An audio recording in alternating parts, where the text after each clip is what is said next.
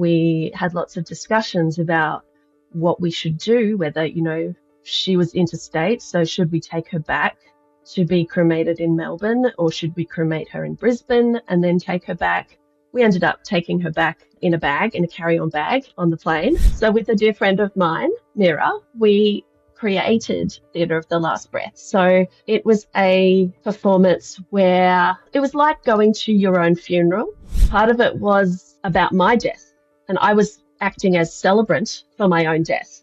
And so I had to create a slideshow for myself as if it was my funeral. So if I was to do it again, I would do things quite differently. I would bring her home.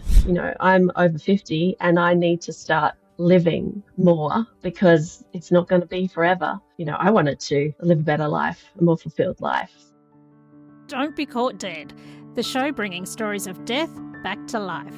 Here's your host, Catherine Ashton. Today, I'm speaking with Annie Caulfield. Annie is a Brisbane-based death care practitioner and the founder of Grassroots Death Care, supporting families to reconnect with death as a more personal, meaningful and community-led experience.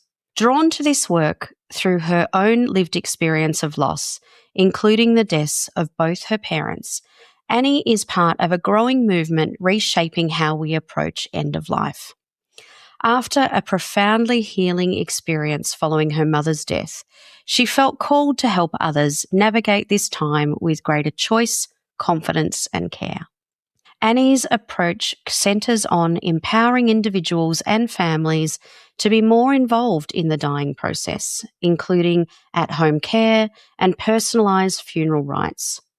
She is passionate about co-creating ceremonies that are not only beautiful but deeply healing for those left behind. Her training includes Death Walker training with Zenith Virago, end-of-life doula programs, and she is also an end-of-life compassionate companion volunteer, sitting with people in their final days so that no one dies alone. Through both practical support and creative expression, Annie is helping to bring death back into the hands of family and communities.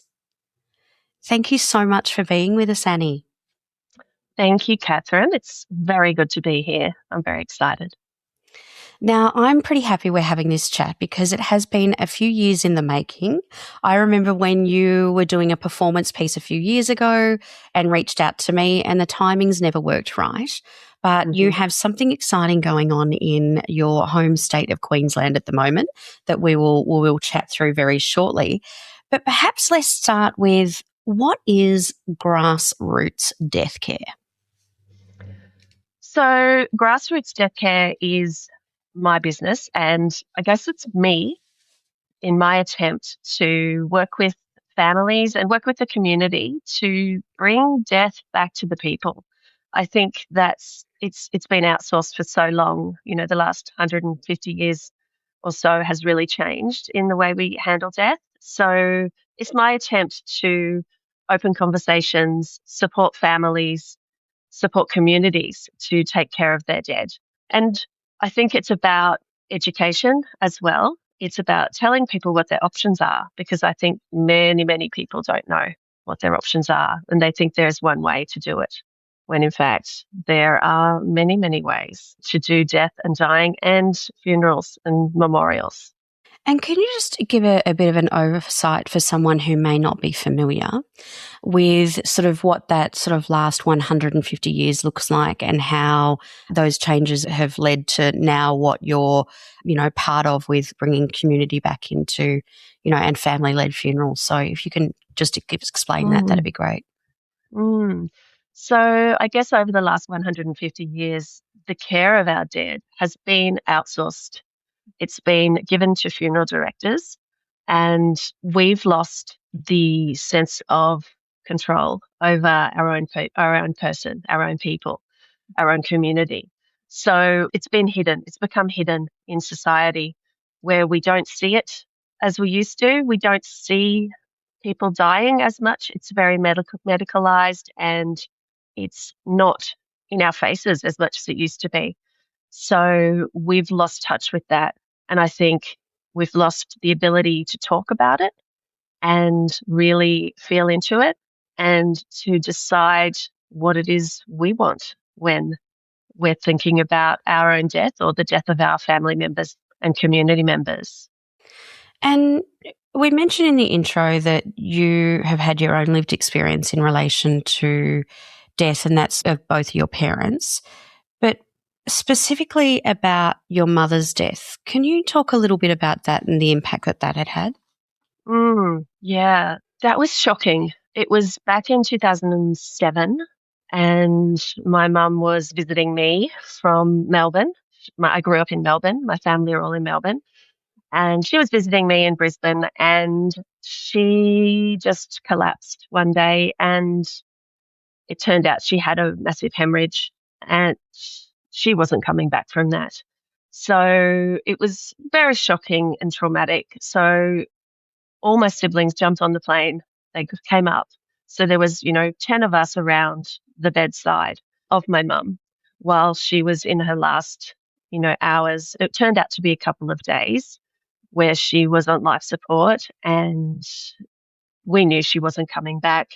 We knew that that was also a perfect way for her to go out because she would have hated to have just had that slow decline that often happens in older age. So I think for her, it was great. She didn't know anything about it, basically. And for my family and I, we all came together, and it was just a beautiful time in my memory that we were telling stories about her and funny things she'd done. We had lots of laughs. We had lots of discussions about what we should do, whether, she was interstate, so should we take her back to be cremated in Melbourne, or should we cremate her in Brisbane and then take her back? We ended up taking her back in a bag, in a carry-on bag on the plane. So, which was, in itself, we thought that was pretty cool. And yeah, it was terribly sad. It was,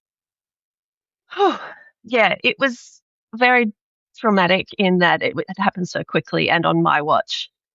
In a way, it felt like, it was, I'd done something. I was looking after her, and it all went wrong. But, that was just my own, my own bits of guilt happening there. But it was just a lovely time for our family to come together. And I think it made me realize that we were all kind of on the same page. We're all quite practical people, pragmatic. So we all sort of decided to do the most practical thing in the end. But we were all there. I wasn't there at the time she actually took her last breath because we'd started taking turns, and I was back at home. So I got the call. But yeah, it was just a moment that left a big hole in my life. It left a massive hole. So it took a long time for me to actually not think about her every single day. But yeah, it's been 18 years now. So, it's a long time, 19 years. Wow. So yeah, it was instrumental, I think, in me starting this journey into death care and wanting people to have a good experience. Even though their person is dying, there are ways that it can be done to give a lot of support and a lot of healing for those who are left behind. And when you think back to that time, was there anything that you found that was lacking when you look at it in hindsight from your experience or the support that you received at that time that you, in hindsight, would have liked to have had more support from? At the time, I thought it was pretty good. Like the care that we were given was good. And we were just in the back of emergency. So we weren't in a room by ourselves. We were in a room of 4 people, I think. So it wasn't that privacy. So if I was to do it again, I would do things quite differently. I would bring her home and have her with us at home in those last days, because they really weren't doing anything for her other than, she had oxygen in her nose prongs, but other than that, she wasn't really on machines or anything like that. So we could have handled it at home. And if it had happened now, I definitely would have done that and had everybody at my place. And I think that would have been really lovely. But, having said all of that, I didn't know that at the time. I didn't know that was an option. So I think that's part of why I do what I do too, that people don't know what they're able to do and what's allowed and, what control they can take, what participation they can have in somebody's death. If you're thinking about the scenario with what happened with your mum, what would you do differently this time round? So you've mentioned that you would possibly bring her home, but what sort of questions would you ask? Because I think that that's the thing that people don't, it's that classic thing of what you were saying just when you were referring to your mum's experience, that you didn't know what your options were. So if you had to sort of look at the choices that you made back then, sometimes it's really helpful for our listeners to have an example about how you would do things differently this time round. What questions would you ask? What would be the way in which you would advocate differently now to what you did then, given the fact that you just didn't have the knowledge at that stage? Yeah. And, I don't know if there were people around at the time doing the end of life doula role and if that was really a thing. But, if I'd have known, or I would have asked, is there anyone to support us in bringing her home? I would have asked, is there any reason we can't take her home? If we've got a team of 10 family members who are willing to look after her, what do we need to know to bring her home? What medicine do we need? Do we need a special bed? All those things that perhaps we could have asked. And, I don't know if they would have said yes at the time. But in Australia, it didn't seem to be the thing to do back then. And that's the beauty of hindsight, though, isn't it? And then the fact that it's that lived experience that generally sort of makes us question those moments and then, improve our own knowledge moving forward. So thanks for sort of giving that insight, because as you said, that one thing that sticks out, that there was 10 of you that were there, and it's almost a vigil that you're holding, and the fact that it did go on for days, and that's the uncertainty when you're in that situation. I know that when we've been in that situation with loved ones, you don't know when the moment's going to be. You can see certain signs as you can see them declining and actively dying, but you never know when that's going to happen. And at the same time, you still have to try and take care of yourself as well. So what have you seen when there has been the cases, now that you know what you do and you know what you know and the work that you're doing? Where have you seen it where it has worked well when someone has brought their loved one home? I did have a woman who was being cared for by palliative care in her home. So they would come to her daily and give her the medicine that she needed. She was suffering with cancer at the time, and her wish was to stay at home and to not even go to the mortuary. She didn't want to, after she died, she didn't want to go to the mortuary. She wanted to go straight to her burial, which, we helped. So I was working with her as a death doula and also as a funeral director. So I was sort of helping the whole journey, which was one of the things I loved about that experience. So the family were there. There was three or four family members that were there with her the entire time. And they felt supported enough to be able to look after her in those last days with the help of palliative care. So, and then after she had died, they kept her at home for 5 days in the end. And it was incredibly healing for them to have her at home. So I helped with, managing the equipment that they would need, so to keep her cool for those days before the burial and to support them in caring for her at that time. We also brought the coffin to their house so that they could sit around with the family and decorate it together. It was one of the cardboard coffins. So they spent a day doing that together with the children, with all the siblings. And it was so beautiful for them. And in the end, we ended up having to take her out just because the burial couldn't happen quickly enough. And, we didn't quite get what we wanted. And And I helped help the family navigate that, just saying, I think it might be time that we have to take her out of here, because you never know how long someone's going to last being at home before it starts to get, uncomfortable. There might be a smell, there might be different things happening and changes in the body. So, but they were very appreciative of just me walking them through every step and helping them to make decisions at each stage to say, and to say, would you feel better if we actually make a time and a day that we're going to take her?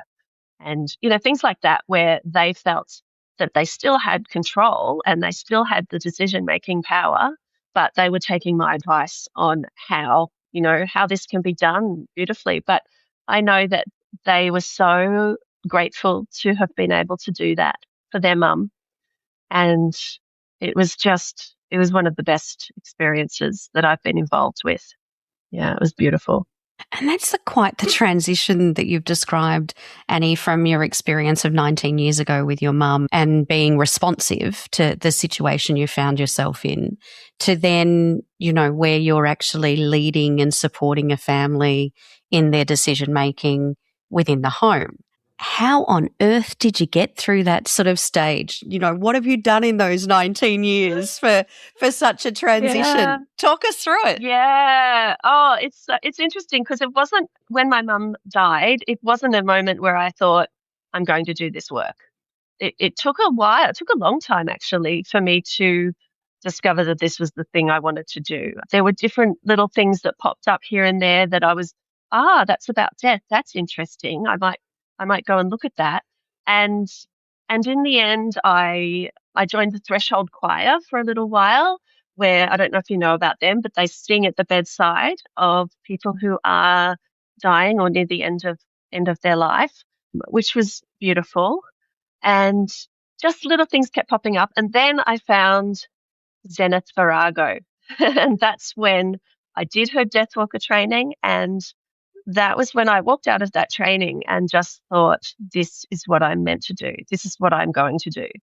And so there was a moment that really changed things. So that was about five years ago now. And since then, I've just kept trying to learn. I'm learning all the time. And I'm learning from people who have done this for a long time and people who are new. Like, I learn something from everybody, and from the families, of course, from the community themselves. And I don't always feel confident when I go into a situation like that. But I know that they know less than me. They don't know about what they can and can't do. I do, because I've made it a point to learn those things. And take us back to that moment when you're talking about the training that you did with Zenith, and you mentioned that there was a moment that you went, this is what I'm going to do. Can you talk us through that? Well, I don't know that it was a moment. I think it was the whole course was the moment. It was a 3-day course, and I knew just by the way Zenith did her training, I think it really spoke to me. And I thought, I can do that. I can do that. And I want to do that. That's where I need to be. So it wasn't a moment as such, but it was the entire course. And as I walked out of that course at the end of the 3rd day, I knew that was where I was headed. And tell me, what were you, when your mum passed away, what was your career at that point? I was a bookkeeper. So I was a numbers girl, which is really odd because you did say you were practical. Transition. You did say you were practical earlier. So, I'm an organised person. I'm a numbers girl. But yeah, so it's very starkly different to what I was doing. Yeah, it's interesting, isn't it? I sort of always laugh when I get asked that question. But I still do a little bit of that on the side. But and I tried, actually, when I started doing this work, I did continue with my full-time job with the bookkeeping while I was doing the death work on the side. And then a couple of years back, I gave that away. And yeah, so here I am doing the death work on a sort of full-time basis. And tell me, where does the artistic approach come in? Because as I mentioned, you were talking about a performative piece when you first reached out to me, and now you're involved in programming for an accompanying exhibition in Queensland. So where does, and can I just say, listeners, if you have an opportunity, you've got to check out how amazing Annie's top is online. It's very beautiful. It's very botanical.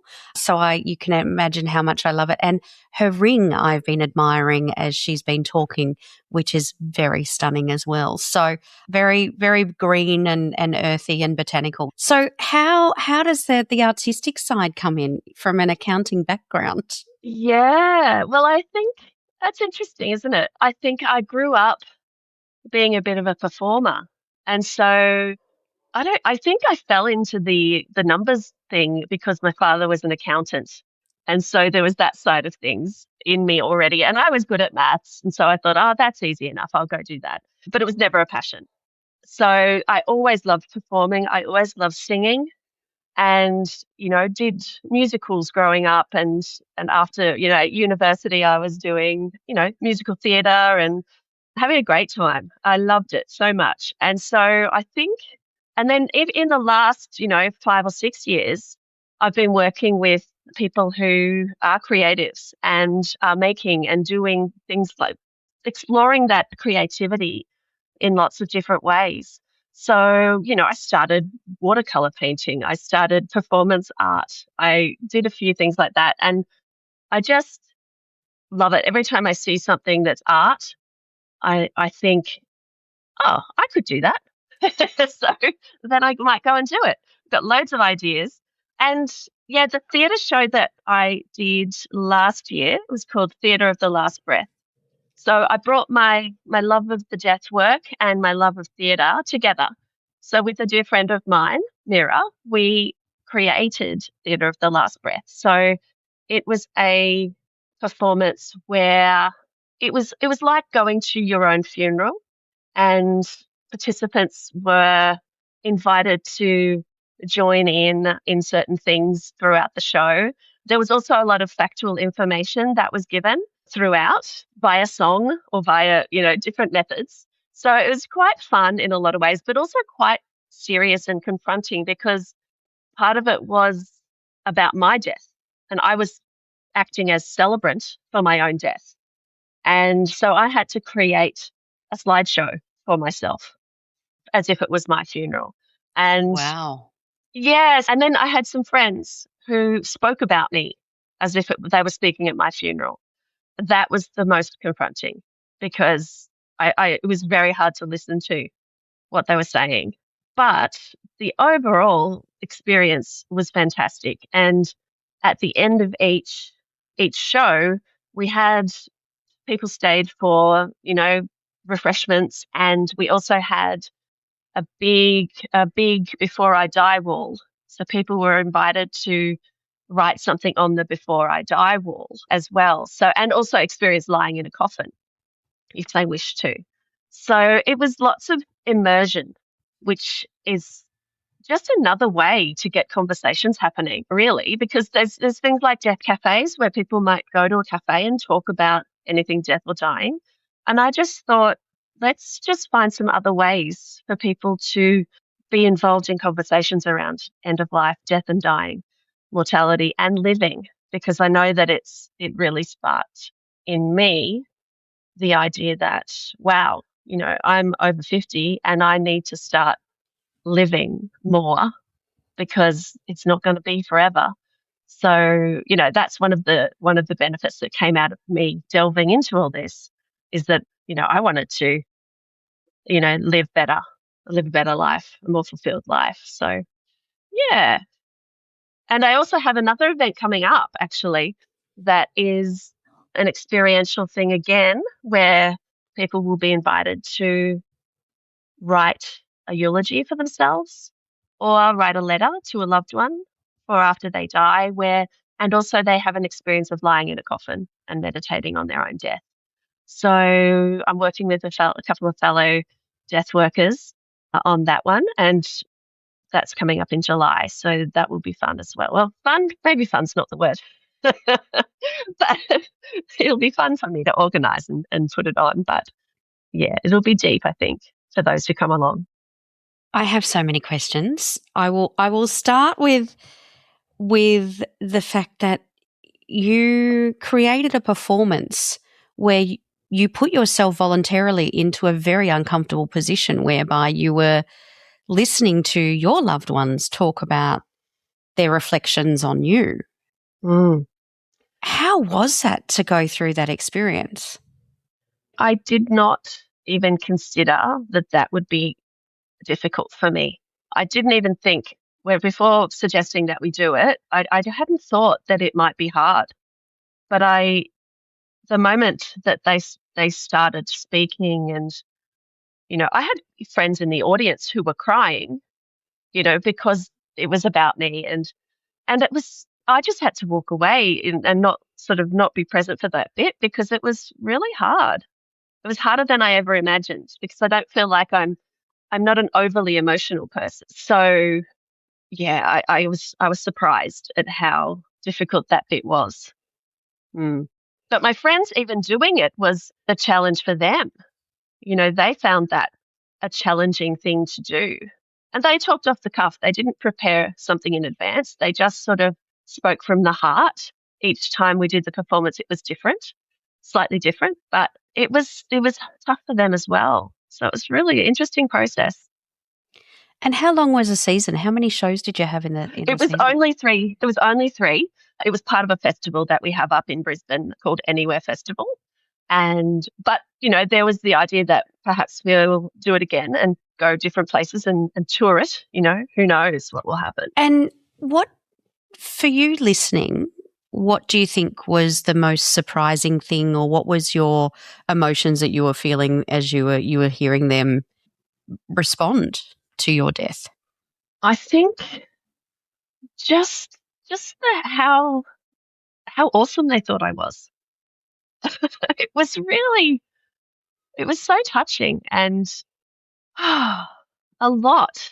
It was a lot to hear that, because I'm someone who has a fair bit of a big self critic going on. So it was really touching to hear and difficult to hear. Yeah, it was tough. And how has that experience for yourself and your friends that were part of that performance, how has that, I should ask, has it changed your relationship now that you know the depth of their feelings about you and how they view you? Because no one really gets that opportunity to really actually understand and have their friends talk about them until they are dead, and then you can't hear it. Well, not that we know that you can hear it, True. Look, I don't know that it's changed my relationships or changed anything really between us, because they were already, my closest people. But maybe it's probably quietened my inner critic, perhaps a little bit. And it's just a nice sort of confirmation of that we are close. We care for each other, and there's a lot of love there. Would you recommend that we should all do something like this? Whew. Yeah. Yes.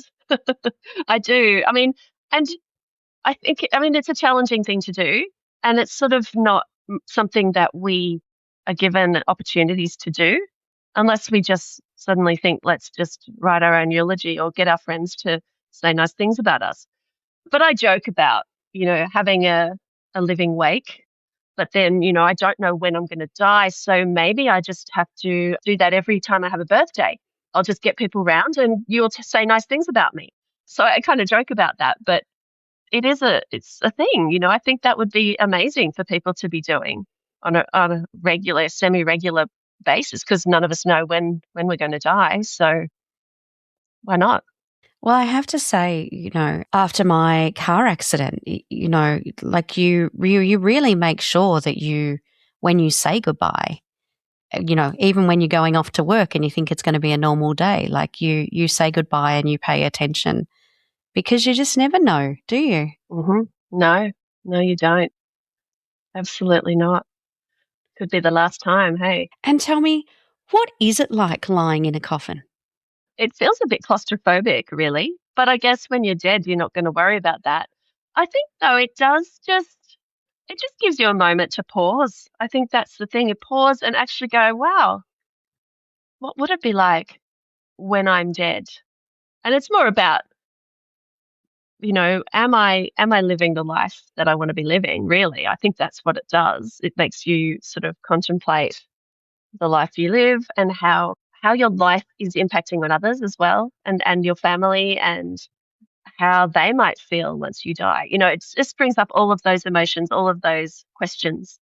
So it's a really interesting thing to do, I think, and I would recommend it to everybody if you can. And tell me the fact that, it is a matter of when. It's not a matter of if, people. Just a reminder. It's the only guarantee that we've got in life. And what should we do to prepare? Like, what is there something we can do? What, based on your experience, is there something that we can do now that helps it make easier? Oh, absolutely. There's things we can do. There's tiny things like just having a little conversation. Like if you went to a friend's funeral, for example, and then you were with a family member or friends, that's a good place to start a conversation. Or after that, what would we want to do? What would I want to do? Have a think about those things. There's conversations are the biggest thing, I think. Having conversations with the friends and family and the community who is going to be there when you do eventually die, and telling them what it is you like.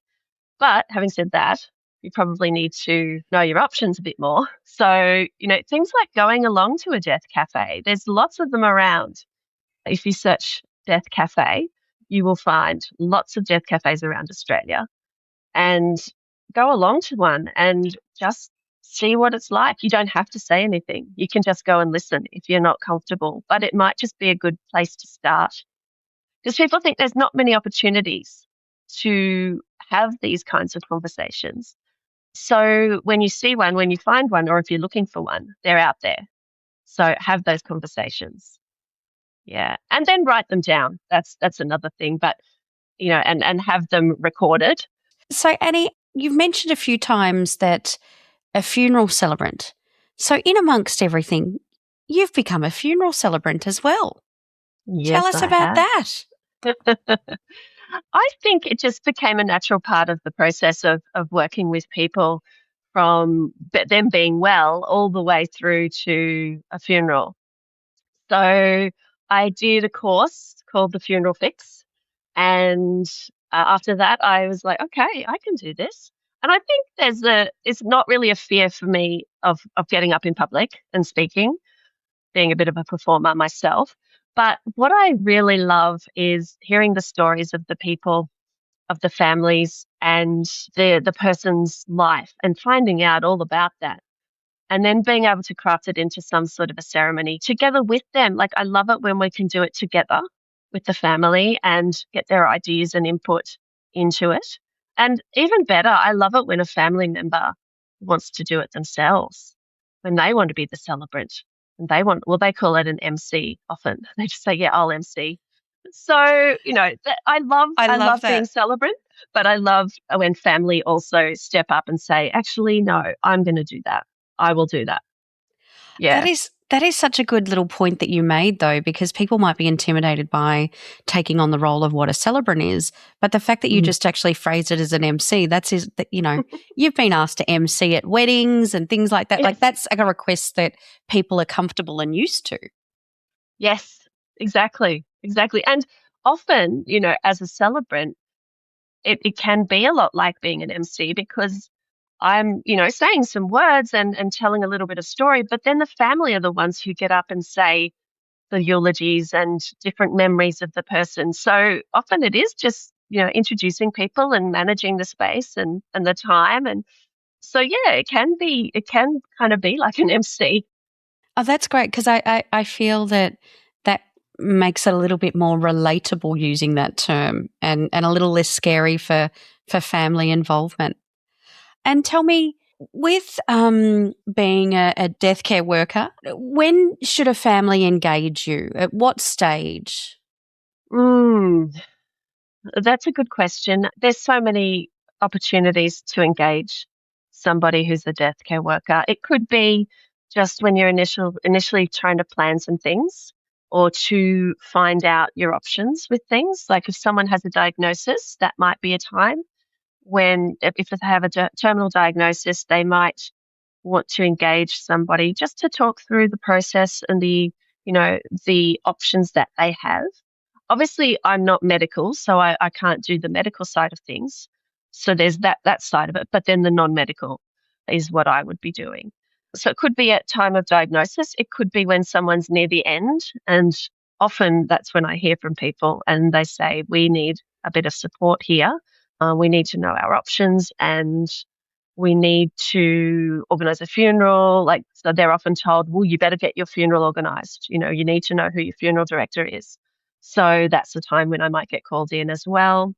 But I think it's whenever they feel they're needing support in this process, in this end of life process, because there's so many steps along the way that I think anywhere along that time frame, you could call in someone like me.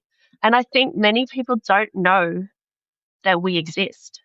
We're not so visible in the community that people know. My goal is to be the person in my community that people know to call if they need to have these discussions. And it could just be I meet with them once and we have a chat about what happens and what's the process and how I could support them.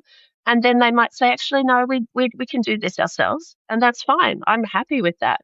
Just knowing that we are here, people like me are here to support them and walk alongside them. We can be as involved or as just guiding as they need. And I think that's the important thing, that people know that we exist. Mm. And do you also offer support services when people are actually getting their planning together to advise them what might be a good thing to gather in preparation? Oh, yeah. Yeah, a little bit of that. Yes, absolutely. And, telling people what information they will need when somebody dies, that sort of thing. And I know there's a lot of tools out there that do offer that sort of thing. So sometimes it might just be referring people to a tool that already exists. But, I have lists of things that I can give people that say, these are the types of things you need to gather. This is the sort of information we will need, obviously, because there's things that, many people don't know, like what was your father's occupation, like your grandfather's occupation? And most people don't know that, or a lot of people don't. So, there is information that people will need eventually.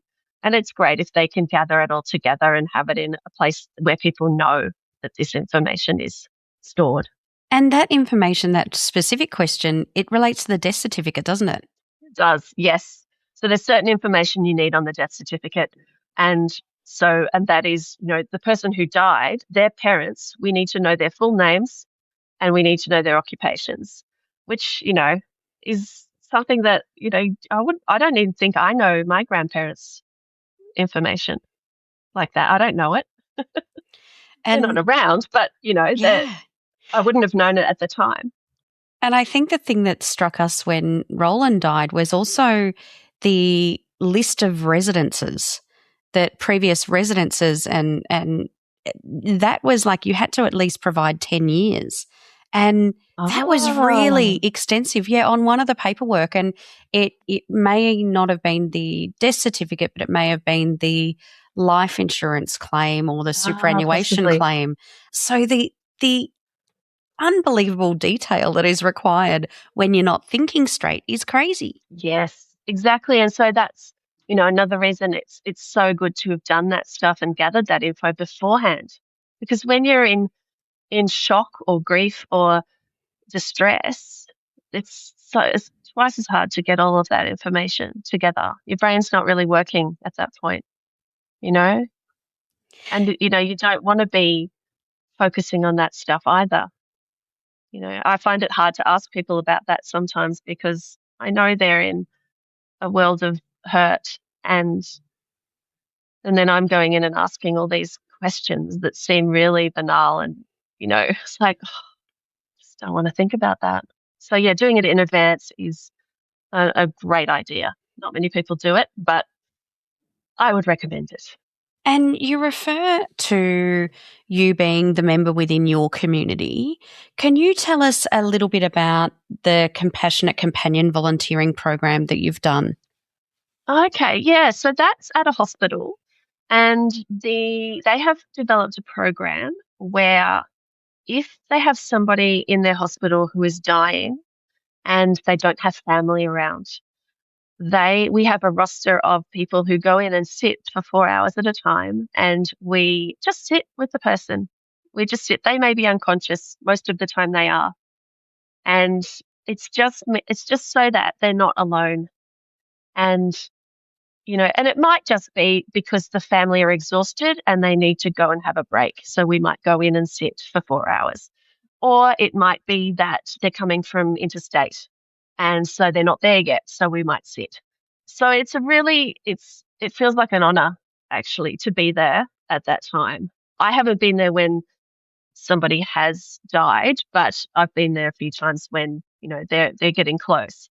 So it's just a brilliant thing that they've created, I think, just so that the option is there that, people can be sat with and they don't have to be alone. Oftentimes, though, you walk out of the room and they die while you're outside. But that sometimes happens. Anecdotally, I don't know about, what the stats are on that, but I know that it's been told many times that people, you're with them for hours and hours and hours, you walk out of the room and then they die while you're outside the room. So, yeah, that can happen too. But it's a real honor and a privilege to be part of that. Yeah, it's a really nice program. And I hope more places do it because I don't know of any others around here that actually offer that. That's really beautiful. It reminds me of my son's 22, so we're going back quite a few years, but I know of a program that they were doing at the Royal Women's Hospital where you could volunteer to go and cuddle the babies when Yes. for various circumstances that the family couldn't be involved, whether it would be through their own health or recovery or whatever, exactly the sort of scenarios you were just outlining. So it's so nice to know that at the other end of the spectrum, that's happening. Like, that's a really beautiful program. It is. It's really lovely. And I wish it would be in more places because I think also we're more isolated from our families more than ever these days. So, and we're having smaller families. So it's not as easy for people to sit bedside with somebody 24/7 in the last few days of life. So, yeah, it's just a really important thing that I think would be great to roll out in other places. Yeah. And I suppose, again, it comes back to, what the role of this conversation is now is letting people know what programs are available so they can also ask the questions of if they are in a situation and they find a loved one and they can't get to them straight away, is there a program that is offered that is similar to this? Because otherwise people don't know about it. That's right. Yeah. And it's only up to the nurses in the ward to know, oh, we can offer this. So it's not well known at all. So it would be great for, other hospitals and other places to be able to do that as well. And nursing homes, aged care residences. And what also some people may not be aware of, and how much interaction do you have with the social worker team associated with hospitals? And you've mentioned the palliative care team, which are an integral role when we do know that someone is actively dying or has been diagnosed with a life-limiting illness. But the other roles such as social workers, what are the other organisations that people can perhaps ask that they need support from, in addition to inquiring whether there's a doula working in that area or in that space? I know there's some organisations do sort of hospice in the home where they'll come to your home. There's a couple around Brisbane that do that, and they offer all sorts of support. It could be spiritual, it could be practical support. They can also offer medical assistance and things like that. And social workers at hospitals are a great resource. They're very, very clued into what's going on and what services can be arranged. So, me having relationships with social workers is a good thing, because then they might think of, calling someone like me in to support one of their patients. And how do you Google like death care worker? Like, how do you get in contact and know what doulas are working in the space that you're in the location? There's a number of directories that are about. There's a death doula directory or an end of life doula directory, but you can just Google it. Yes, you can Google death doula, end of life doula, death care worker, those sorts of things, and you will find people in your area who are doing it. There are a lot of doulas who have become trained doing the training courses that are out there, but I think they're being underutilized. They're not. Again, I think the society or the community don't know that people are doing this work. I think that's a big part of it, that they're not sure. So, but if someone wanted to find one, yeah, Google. Absolutely. If you And Googled it, you would find someone like me. and what are the sort of questions that a family should be asking of a doula? Do they need to, vet them? Is there any particular qualification? Like, what is the process for someone to actually engage a doula? What do you think are the important qualities? I think the qualities are a willingness to support however is needed. You would be asking things, I mean, you would want to know they're local, they're kind of nearby, being able to come to see you whenever you need, and to ask about what trainings they have done, because there is a one Cert 4 that you can do for end of life doula work, but most people have not done that. It's fairly new. So anyone who's done Zenith's training, and there's other groups that do training, Denise Love, Preparing the Way, a few others. And I think, you just want someone who's going to fit with you as well. I think having a meeting is a really important thing, because you can tell pretty quickly if you're going to be able to work with this person. So often it's about the fit, the personality fit. Because yeah, I know that I'm not everyone's cup of tea, and that's okay, because there's other people who will suit that person better than I might. So I think my friend has a saying, I may not be everyone's cup of tea, but I will be somebody's essential brew. And I thought, oh, that's really nice. I like that too. So I use that Yeah. one sometimes. So Yeah, I'll be that's somebody's fantastic. essential brew. Yeah. I love that. I love that. That's fantastic. So tell me a little bit more about the exhibition Dearly Departed, and you're having a program as part of that. Talk us through that, Annie. So the State Library of Queensland currently has an exhibition called Dearly Departed, and they've gathered a lot of their collection and other artifacts and things like that, and they've made it into an exhibition, which is fantastic. When I went to it, it was great. And I think the goal of it is to open conversations, to see where we've been with death care and funerals and that sort of thing in Queensland particularly, but it's kind of Australia wide, I suppose. And there's some beautiful things there to look at, and some experiential things, which obviously are my favorite things, where you can actually participate in, writing a letter to somebody or who's died, or there's a disco, like a death disco. I can't remember the name of it, but it was really Wow. funny. It's not like I can't remember what it's like, but it was fun. But I'm part of a panel discussion that's happening, and the conversation is called A Good Death. And so we're just discussing that about, what is a good death? Is there such a thing? Is it just totally unique to the person? Can we define it? All of those kinds of things. So it's going to be a really interesting discussion that happens. And yeah. That is a very interesting topic because it's quite a controversial one, isn't it? It is, because, a good death it automatically implies there's a bad death. So, what is a good death, and what does it mean to die well? And I think, my perspective is that it absolutely is unique to the person who's dying and to the family as well, what they might consider to be a good death for their person. But it's affected by their culture, their religion, their spirituality, what's important in their life, their values. So a lot of people think, well, is it just not being in pain at the end, or is it being at home? Lots of people say they want to die at home, but not many actually do. There's various reasons for that, and some of it is not planning it. If you actually want to do it, most times you can do it. It's just a matter of planning. But yeah, the topic of a good death, yeah, it's a really interesting question. And there's lots of nuance to it. But yeah, it'll be very interesting.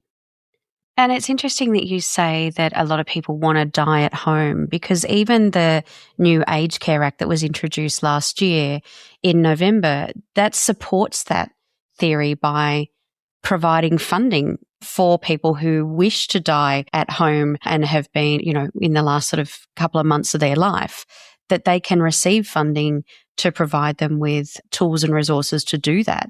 So it is something that's been recognised even at a national policy level, that it is something that people want to do. Yeah. Yeah. And I think I just wanted to go off on a little bit of a tangent there on Oh, please do. Voluntary assisted dying is really interesting. And, people wanting to do that in an aged care residence. And sometimes they're not allowed to because it's a religious place, a religious facility. But sometimes, but it is their home. So why shouldn't they be allowed to do so in their home? I've been with a few people who have used voluntary assisted dying, and I just think it's an incredible thing that we have, that we can offer people that we couldn't in the past. And it's, amazing. But again, it very much comes back to the knowledge of the questions to ask when you're actually planning, to ensure that if you are looking for a care facility or you're thinking that voluntary assisted dying might be a viable option for you should you receive a life-limiting illness or a diagnosis, that you're looking and making that part of your process, because it will have, even though it's a legal option in most states of Australia, it does come down to what your options are in relation to the care facility that you choose. And obviously there could be implications if you actually choose a care facility that does have a religious or spiritual affiliation that doesn't align with that. It's a good question, yeah. And I know that the hospital where I do the end of life compassionate companion, they are a religious hospital. And so we've had that conversation about, what if somebody wants to use voluntary assisted dying at your facility? Will you allow it? And, their response is, we don't want to really offer that, but we're not going to kick someone out, So it's a tough one. It is really a tricky one. They don't want to they're not going to bring it up, but if someone wants it and that's where they've been for a while even, they will allow it. So I think it's just about having conversations really and thinking about those things. Yeah, totally. And again, having those conversations before they become critical conversations, so they can become part of those really early conversations that you're having when you're planning before it becomes a crisis issue. Yeah, exactly. And, some people would never want to use voluntary assisted dying, so it's not a problem, not a concern for them. But, there's many who would. So, yeah, I think absolutely have those conversations up front. And Annie, what is your wishes for your death? Oh, well, obviously at home. I think that's what most people want.